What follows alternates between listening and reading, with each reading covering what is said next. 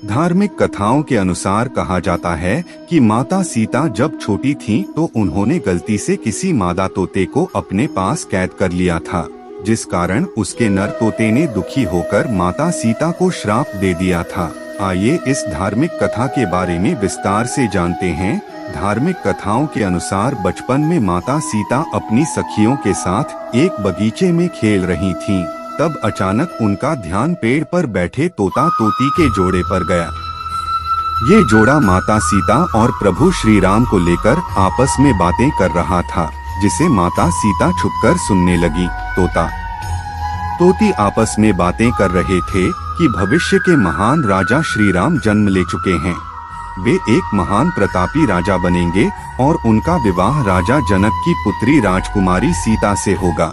तोते के जोड़े से अपने बारे में सुनकर माता सीता आश्चर्यचकित होकर उनके पास पहुंची और तोते के जोड़े से कहा कि जिस राजकुमारी सीता की आप दोनों बात कर रहे हैं, वे ही जनक पुत्री राजकुमारी सीता हैं।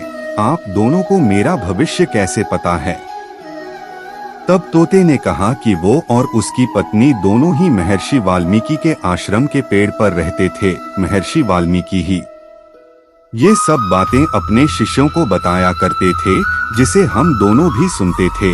ये सब बातें हमें रटी हुई हैं।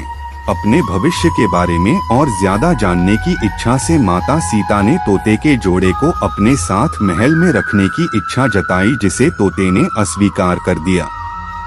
माता सीता अपनी जिद पर अड़ी रहीं और दोनों को पकड़ने की कोशिश की। तब नर तोता तो उड़ गया, पर उसकी पत्नी मादा तोता सीता माता की पकड़ में आ गई।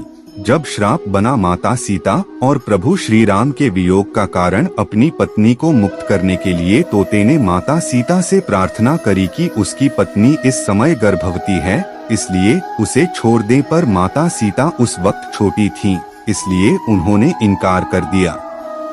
तब नर तोते ने माता सीता को श्राप दिया कि आपकी वजह से जिस प्रकार मुझे अपनी गर्भवती पत्नी से अलग होना पड़ रहा है, उसी तरह से आपको भी गर्भवती होने पर अपने जीवन साथी का वियोग सहना पड़ेगा।